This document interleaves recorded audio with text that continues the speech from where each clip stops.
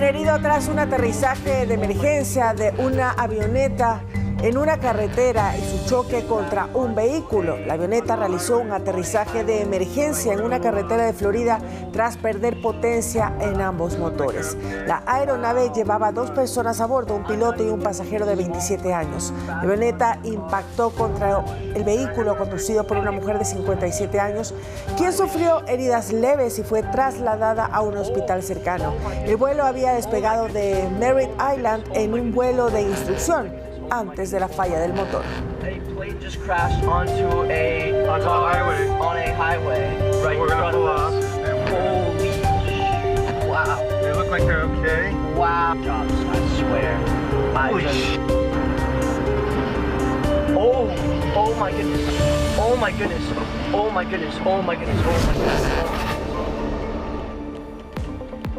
En Quito, la policía rescató a un taxista que estaba en calidad de secuestrado y capturó a los victimarios. Equipos de medios de comunicación fueron agredidos por guardias de la terminal terrestre de Guayaquil. El alcalde reaccionó y terminó el contrato unilateral con la empresa de seguridad. En nuestra investigación Narcos sin salida les contamos cómo opera la Armada del Ecuador para reducir el índice de violencia y criminalidad en Esmeraldas. En lo internacional, alarma por un brote inusual de gripe en Europa y Estados Unidos. ¿Qué se sabe sobre esta nueva variante de H3N2?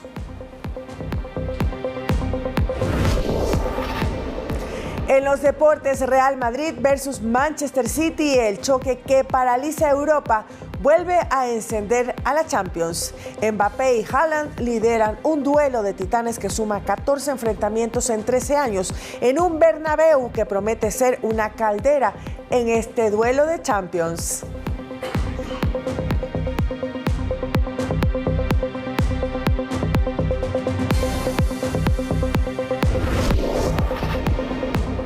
Muy buenos días, amigos televidentes. Un mega operativo denominado Apolo 13.0 ejecutó las fuerzas de seguridad contra la delincuencia en la provincia del Guayas. Lo hicieron en varios cantones considerados peligrosos por la acción de los grupos del crimen organizado.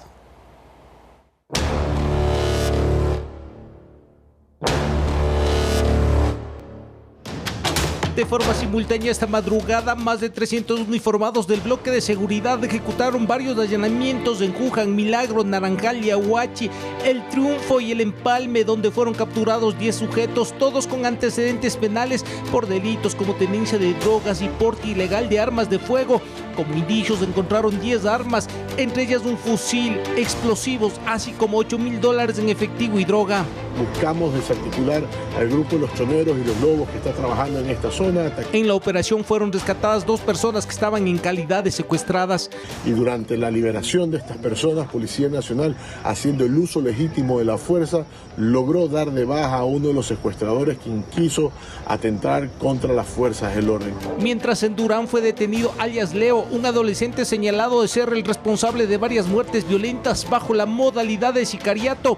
Un sicario que estaba siendo buscado por la Policía Nacional, culpable de la muerte de 3 personas el 29 de noviembre dentro de un billar, un criminal que pertenece a la estructura de los Chone Killers. El ministro del Interior también reveló que en Milagro fue detenido un agente de la Comisión de Tránsito del Ecuador, aparentemente vinculado a un grupo de delincuencia organizada. Su función, simular diferentes operativos para lograr detener la marcha de los vehículos y que estos delincuentes puedan aprovecharse de sean vehículos de carga o vehículos de pasajeros. De igual manera, en el distrito Pascuales, unidades tácticas allanaron varios domicilios en busca de integrantes de organizaciones delictivas que muchas veces se esconden en viviendas de familiares para evitar ser capturados. El comandante de la zona 8, Walter Villarruel, señaló que este tipo de operativos serán a diario en zonas identificadas con anterioridad. Seguimos cumpliendo con el plan operativo que estamos ejecutando en contra de las GDO, en contra de estas estructuras que nos están dando problemas. La policía tiene un cronograma de intervenciones para Guayaquil, Durán y San Borondón.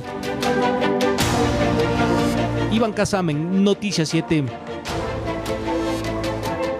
La empresa de seguridad del terminal terrestre de Guayaquil fue suspendida tras la agresión a un grupo de periodistas la madrugada de este martes. Camarógrafos y reporteros presentan lesiones severas en varias partes de su cuerpo. ¡El del control! ¡Cójala, cójala! ¡Cójala, Dios mío! ¡Cójala, que nos mata! ¡Cójala, que nos mata!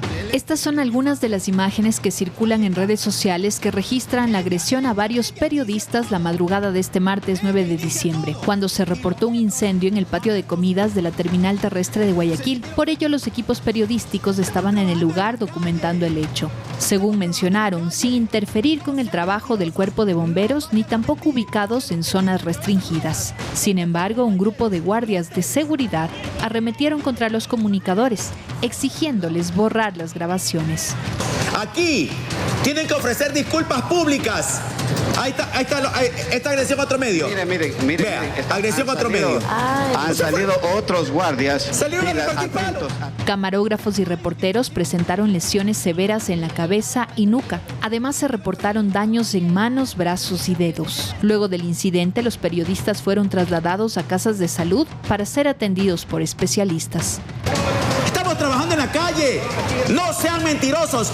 No vayan a mentir que los que tienen las cabezas rotas son nuestros compañeros, no ustedes.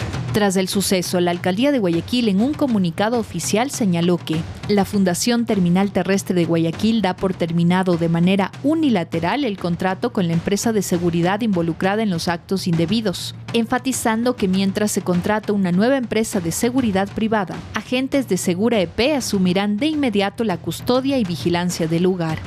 El comunicado además establece que la firma con la empresa de seguridad privada fue adjudicada a través del catálogo electrónico del CERCOP, un mecanismo que determina la selección de proveedores y que no responde a decisiones directas de la Fundación.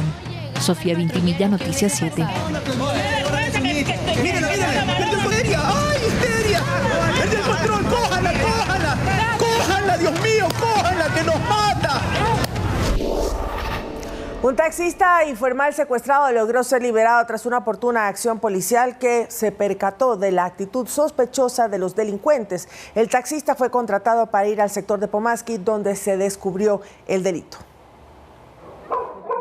De madrugada, cuando la ciudad aún descansaba, policías del distrito Calderón patrullaban por el sector de Pomasqui. De pronto apareció en escena este vehículo a gran velocidad y a la orden de alto policía el conductor optó por acelerar y emprender la huida. En la persecución, el chofer realizó una mala maniobra generando que se quede embancado y los sujetos abandonaron el auto a precipitada carrera. Ya es ahí cuando a la altura más o menos de la Simón Bolívar es ahorcado con una cuerda y proceden a victimarlo y llevado sobre la Simón Bolívar. Los uniformados no les perdieron de vista y lograron su captura, mientras en el asiento posterior, amarrado y vendado, estaba el dueño del auto. Con la bendición de haber sido rescatado, contó que tomó una carrera en el sector de la Mariscal, sin imaginarse que iba a vivir la peor pesadilla de su vida.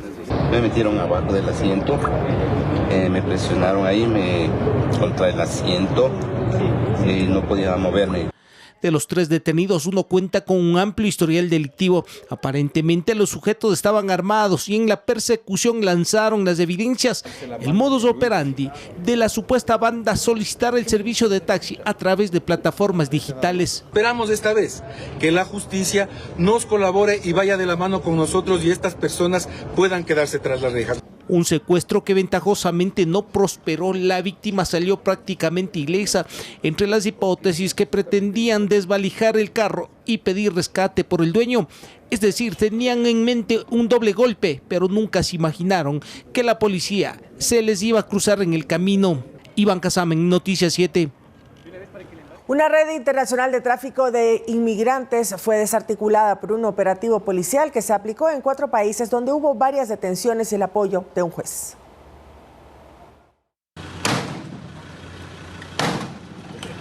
El operativo fue ejecutado por la Unidad de Investigación contra la Trata de Personas y Tráfico Ilícito de Migrantes en coordinación con la Fiscalía y el Departamento de Justicia de los Estados Unidos. La red captaba a los interesados a través de diferentes redes sociales que utilizaban como fachada supuestas cuentas oficiales de instituciones migratorias de Estados Unidos, emitiendo certificados falsos. Esta organización se dedicaba prácticamente o tenía la modalidad de captar a estas personas ofreciendo las visas de trabajo.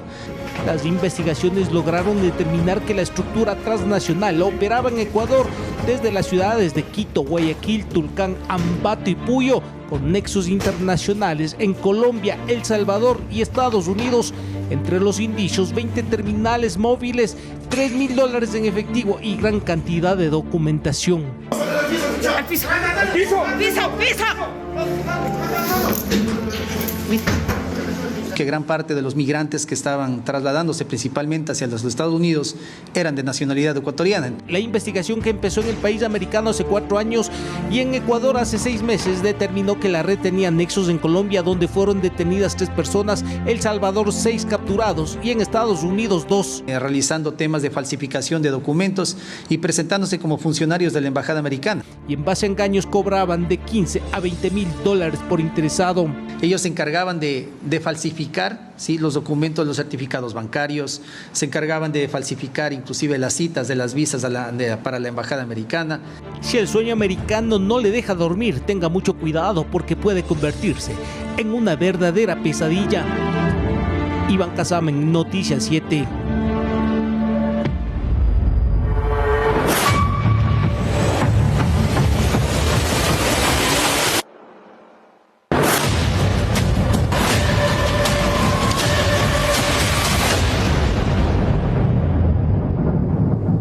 En la segunda entrega de nuestra investigación Narcos sin salida, nos adentramos en uno de los barrios más peligrosos y violentos de Esmeraldas, la Huacharaca. Este sector, en lo alto de la ciudad, fue cooptado por el GDO Los Tiguerones, quienes sembraron el caos entre la población. Gracias al trabajo de la Armada del Ecuador, este escenario ha cambiado progresivamente para devolverle la paz a la ciudadanía.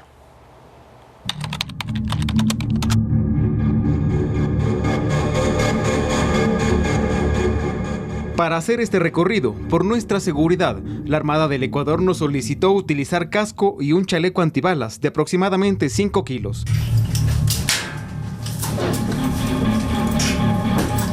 A su vez, al menos una docena de uniformados también preparan su indumentaria y armamento. Nuestro destino, la zona alta de Esmeraldas, un lugar peligroso, cooptado por el crimen organizado.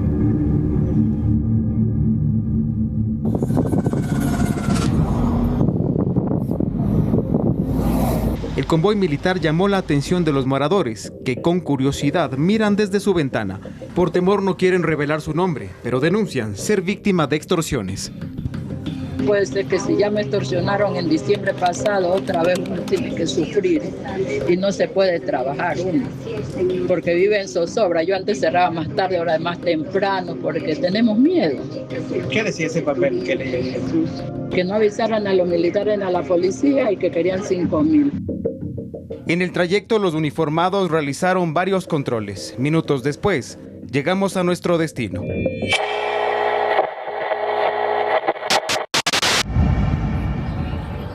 Estamos en estos momentos en Huacharaca, uno de los puntos conflictivos y más calientes del centro de Esmeraldas. Este bastión popular ha sido cooptado y dominado en su territorio por el GDO Los Tiguerones. Hasta acá, miembros de la Armada del Ecuador realizan patrullajes constantes para precautelar con la seguridad de los habitantes.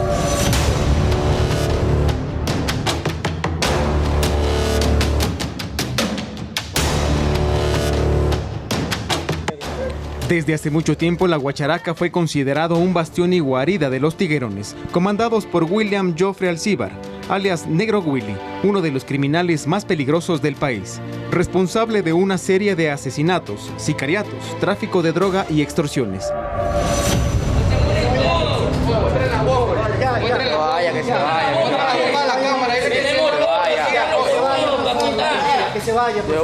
También se le atribuye el asalto a TC Televisión de ese 9 de enero del 2024, un día que quedó marcado en la historia criminal ecuatoriana.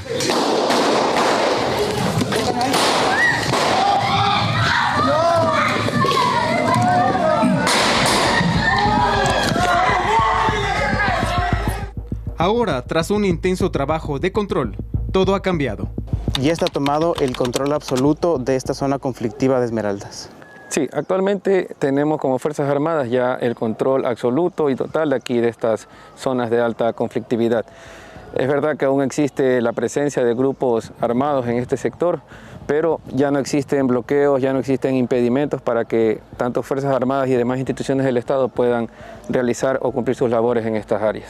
¿Cuántos uniformados intervienen en estas operaciones? Se podría contar con un total de 80 uniformados durante todo el día, ya que se trata de cubrir centro, norte y sur del cantón. Es imposible no fijarse en las decenas de casas abandonadas en el sector. La crudeza de la delincuencia ha sido tanta que quienes habitaban estas viviendas han preferido dejar sus pertenencias y salir buscando mejores días.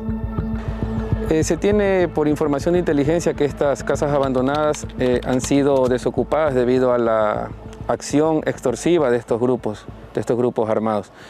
Al mismo tiempo son utilizados por estas personas que realizan actos ilícitos, ya sea para encaletamiento de armas, de municiones, de explosivos o de sustancias consideradas sujetas a fiscalización, por lo que cada vez que se realiza el patrullaje militar son los puntos que focalizamos en revisar, en verificar que no exista este tipo de encaletamientos ilícitos. En la Huacharaca se ubica el punto más alto de Esmeraldas. Este mirador, que ahora sirve para el control de la Armada del Ecuador, antes servía para alertar a grupos criminales de los operativos que hacían los uniformados. Usted se habrá podido dar cuenta que hay motorizados, hay personas paradas en las esquinas con las cuales que realizamos la intersección y revisamos, porque son posibles campaneros, como se los llama, que alertan ya a todo el sector de la presencia militar. Cae la noche en Esmeraldas y en medio del operativo se alerta de un posible secuestro.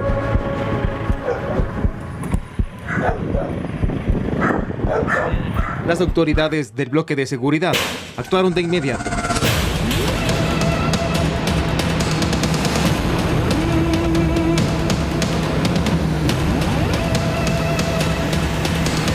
Ahora estamos en El Coral, que es un barrio muy peligroso, en donde aquí anteriormente servía para, digamos, esconder a personas que eran secuestradas. La Huacharaca no es el único barrio peligroso. Otros, como 50 Casas, La Ribera, El Arenal, Isla Piedad, entre otros, están en la mira de las autoridades. Son sitios que prácticamente estaban tomados por la delincuencia y que apoyan, digamos así, a que esta gente se esconda, puesto que su naturaleza de la estructura de calles angostas hace que incluso los vehículos de Policía Nacional o de Fuerzas Armadas no puedan entrar.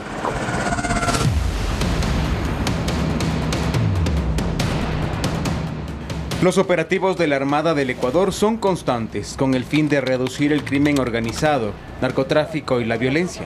En 2022, Esmeraldas fue considerada la provincia más violenta del país. Con las operaciones en contra del crimen organizado, se ha logrado cambiar estas cifras y mejorar las condiciones de seguridad para los habitantes.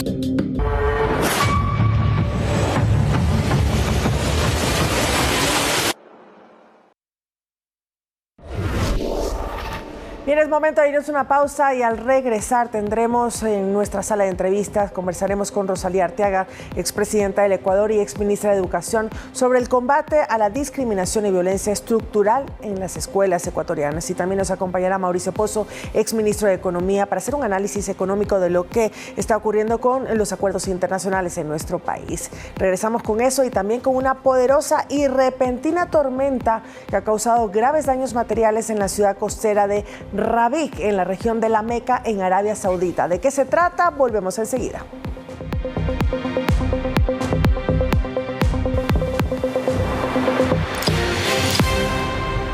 Pasaporte parte, si lo necesita renovar el anterior, también lleve toda su documentación para que este proceso sea lo más rápido posible y obtenga el buen servicio que se necesita. Ahora cambiamos de tema, cuando son las 7:27 de la mañana les contamos y presten atención porque el pesebre más grande de Sudamérica deleita y maravilla a todos quienes visitan la Basílica del Voto Nacional. Hay que hacerlo. Esto se trata de una atracción con más de 1.700 figuras que recrean el antiguo Belén. Vamos a ver. El niño Jesús en todo su esplendor, pastores, ángeles, el tradicional Jerusalén, el castillo del rey Herodes, hasta los 3 Reyes Magos. Así está conformado el pesebre más grande de Sudamérica. Para presenciar tan magnífica atracción, basta con llegar hasta la Basílica del Voto Nacional, en el centro histórico de la capital. El pesebre ocupa 280 metros cuadrados de la iglesia. Está compuesto con más de 1.700 figuras, de las cuales 650 tienen movimiento. Fue un trabajo arduo de un equipo que vino más o menos en el mes de junio a la Basílica. Desde junio. Entonces han sido alrededor de 3 meses que nos ha llevado a armar y todo el montaje de este pesebre. Y ha sido un equipo más o menos de unas 10 personas que le han dedicado prácticamente toda su vida a que esta sea una obra maravillosa para ustedes que vienen a visitar.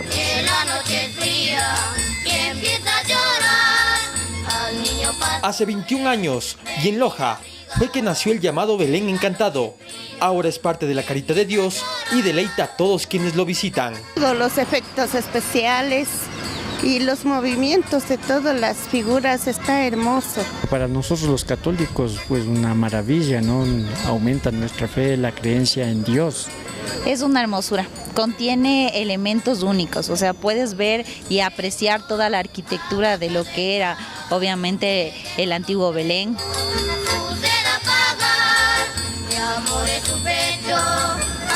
Eric Barrera, Noticias 7.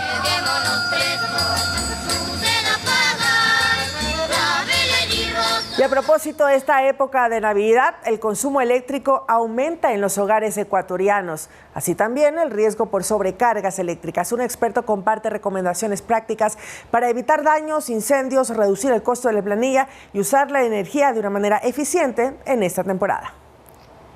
Según el Operador Nacional de Electricidad, la demanda nacional aumenta entre 10 y 15% durante las fiestas de Navidad y fin de año. Por lo tanto, los hogares, comercios e industrias enfrentan facturas más altas. Así también el sistema eléctrico suele operar bajo presión. A esto se suma el riesgo por descargas eléctricas. La época fría de esta temporada hace que se ocupen más equipos eléctricos y electrónicos para poder solventar y también para hacer este impacto visual en cuanto a lo que son luces, en cuanto a lo que son temas navideños. Por eso la planificación del uso de adornos luminosos alusivos a la época navideña en las viviendas, de igual forma de electrodomésticos y equipos de sonido, permite que las reuniones se vivan con mayor comodidad, tranquilidad y sin peligro, asegurando que las instalaciones eléctricas funcionen adecuadamente durante estas últimas semanas del año. Revisar que los equipos que se compren como neveras, televisores,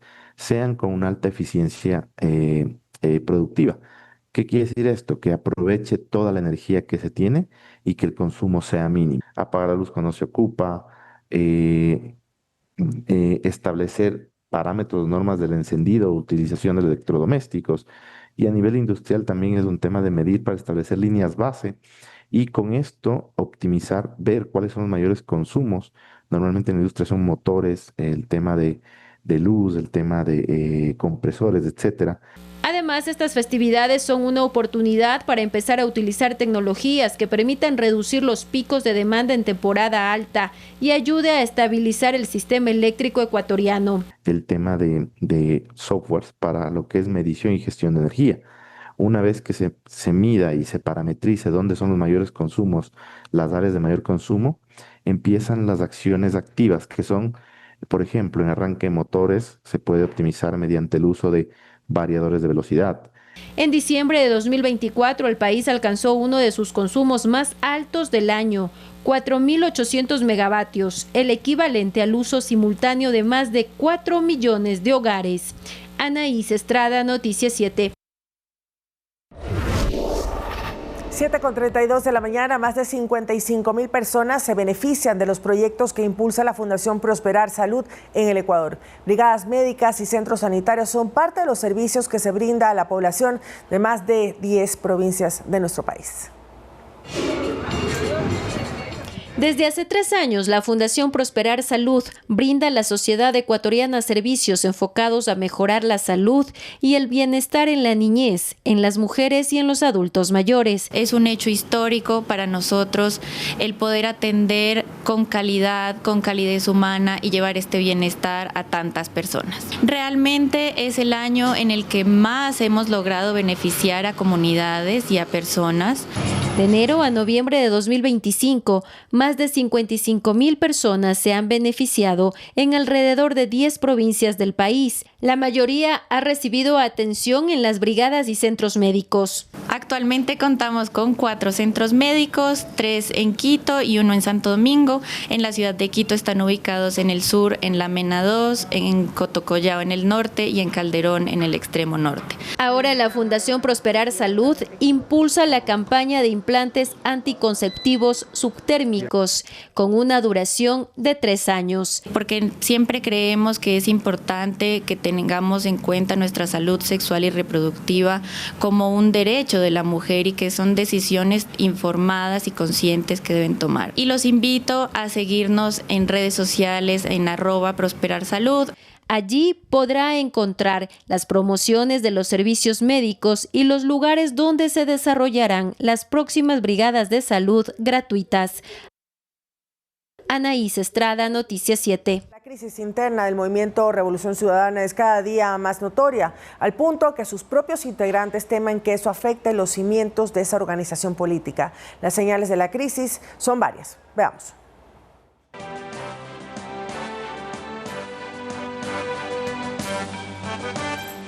Ese es el binomio del pueblo. Muchos señalan a Lenín Moreno, al asumir la presidencia de la República, como el iniciador de todo. Sus decisiones motivaron desde Bélgica que Moreno sea el blanco de toda clase de epítetos y señalamientos. Él tampoco se quedó atrás. Que no se esconda en las fronteras, que venga acá donde la ciudadanía. Este mal ciudadano de la República del Ecuador y que hizo tanto daño a la patria. Desde entonces, Alianza País y luego la Revolución Ciudadana se constituyó como un grupo opositor, primero desde el resentimiento, bajo el discurso de la traición de Moreno, y luego desde el intento de reorganizarse al mando del expresidente Correa desde Bélgica. Con el pasar de los años, la estructura interna empezó a mostrar debilidades que se agudizaron por la derrota de Andrés Arauz frente a Guillermo Lasso en las elecciones del 2021 y de Luisa González ante Daniel Noboa en las presidenciales de 2023. Tensiones a lo interno que se evidenciaron por desacuerdos en la designación de candidaturas, falta de democracia interna, constantes voces discrepantes y autoritarismo en las decisiones desde Bélgica. Estas incomodidades afectaron la unidad del bloque en la Asamblea. Al arrancar este nuevo periodo legislativo, la Revolución Ciudadana, en alianza con el Movimiento Reto, tuvo en sus filas a 67 legisladores. 5 asambleístas se han separado de esta agrupación política, 2 por propia iniciativa y 3 quienes fueron expulsados por la dirigencia. Están Mónica Salazar, quien renunció al movimiento por discrepancias en el manejo electoral en la provincia de Los Ríos. No es cierto, nunca fui su compañera, siempre fui un número más. Jesús David Arias, asambleísta por Galápagos, fue expulsado por votar con el oficialismo en la ley de inteligencia. Sergio Peña, a quien también se lo tilda de traidor, fue expulsado por votar con el oficialismo en la Comisión de Desarrollo Económico en el tratamiento de la ley de solidaridad. Hay gente dentro del movimiento que lógicamente levanta su voz, dice esto no se está haciendo bien, hagámoslo de esta manera, opina y eso no les gusta. Yajaira Urresta salió del correísmo en rechazo a un supuesto insulto proferido por Luisa González en referencia a su discapacidad visual. De esta manera usted trata a las mujeres, a sus compañeras que hemos dejado la vida en las calles por los ecuatorianos. Santiago D. fue expulsado de la bancada de la Revolución Ciudadana al estar denunciado en un caso de presunta violación a una menor de edad. A inicios de diciembre, una de sus principales figuras, Marcela Aguiñaga, renunció a las filas de la Revolución Ciudadana, entre otras causas, por discrepancias con la actual presidenta de la organización política, Luisa González. Ante esta decisión, el expresidente Correa en su cuenta de X publicó: Marcela, no reflexiones nada. Te insisto, eres demasiado importante y sabia para nosotros. Seguramente con Lourdes Tibán y tú, merecido capital político, ganarás la reelección. Eres una mujer muy valiosa, pero con nosotros no cuentes. Más vale un gramo de principios que toneladas de trabajo. Un abrazo y el cariño de siempre. Hoy, el movimiento que ayudé a construir decidió despojarme de mi espacio en la Revolución Ciudadana. Es una pena que la prefecta ya no se encuentre dentro de las filas de Revolución Ciudadana. Obviamente respetar su decisión es lo más. La Revolución Ciudadana, asediada judicialmente y debilitada en su estructura, enfrenta el desafío ahora de redefinirse o desmoronarse bajo el peso de sus propias contradicciones. Javier Ceballos, Noticias 7. La bancada legislativa de gobierno negó que se pretenda una regresión de derechos al plantear que los privados de libertad no sean considerados grupos vulnerables. Según el proyecto de reforma, ellos mantendrán los derechos propios de la condición humana. La Constitución vigente establece que las personas adultas mayores, niñas, niños y adolescentes, mujeres embarazadas, personas con discapacidad, personas privadas de libertad y quienes padezcan de enfermedades catastróficas o de alta complejidad recibirán atención prioritaria y especializada en los ámbitos público y privado. Lo medular de la propuesta de enmienda constitucional es que los articulados sobre derechos de los privados de libertad salgan del capítulo 3 sobre derechos de las personas y grupos de atención prioritaria y pase al 8, que se relacionan solamente a los derechos de protección.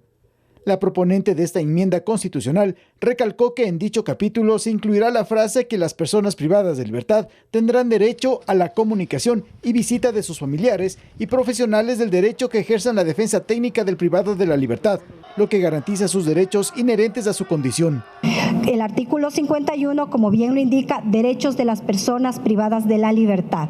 Bajo ningún concepto estamos hablando de regresión de derechos, sino colocar cada derecho donde le corresponde, reforzándolos en el lugar adecuado dentro de la Constitución. Esta propuesta de enmienda no será la única. El bloque legislativo de ADN trabaja en ello. Nosotros vamos a perseverar en todo lo que tiene que ver con seguridad, sin duda alguna. Esta es una de varias. Cada uno de los despachos irá presentando en su tiempo y eso responde a una lógica de que nosotros nos comprometimos con la gente a devolverle la paz. Las propuestas de enmienda constitucional vía asamblea necesitan el consenso entre las dos bancadas representativas de la asamblea, es decir, ADN y la Revolución Ciudadana, para lograr los 101 votos de su aprobación. Javier Ceballos, Noticias 7. La Contraloría General del Estado anunció acciones legales contra el alcalde de Cuenca, Cristian Zamora, acusándolo de desacreditar a la entidad de control por una auditoría a la polémica compra de un carro blindado para la entidad Azuaya. La Contraloría General del Estado examinó 11 procesos realizados por la alcaldía de Cuenca del 2020 al 2025, pero hay uno que llamó la atención. En 2023, basado en un informe de riesgo del 34% emitido por la Policía Nacional, la municipalidad inició la compra de un vehículo blindado para uso del alcalde Cristian Zamora. El automotor tuvo un costo total de $172,387.86. A esto se suman valores por más de $5,000 de mantenimientos. Esto fue observado por Contraloría, que además señala que el carro fue conducido por un servidor que no tenía licencia. La reacción de Zamora no se hizo esperar. En sus redes sociales, el burgomaestre publicó los informes de la policía que respaldarían la compra. Dijo que tiene sorpresas grabadas y añadió: parece que se pasó a leer el informe de riesgo de seguridad de la Policía Nacional, que habilitó la adquisición. Lean bien, parece que se les traspapeló el fundamental. Vaya ineptitud. Quizá a ustedes, auditores, no les espera nadie en casa. A mí sí. Según la entidad de control, estos procesos podrían tener indicios de responsabilidad civil, administrativa y penal. Por ello impuso una multa administrativa de más de $63,000. La respuesta de Contraloría fue casi inmediata. La entidad anunció que iniciará acciones legales en contra de Zamora por sus expresiones calificadas como intimidatorias. Edison Saavedra, Noticias 7.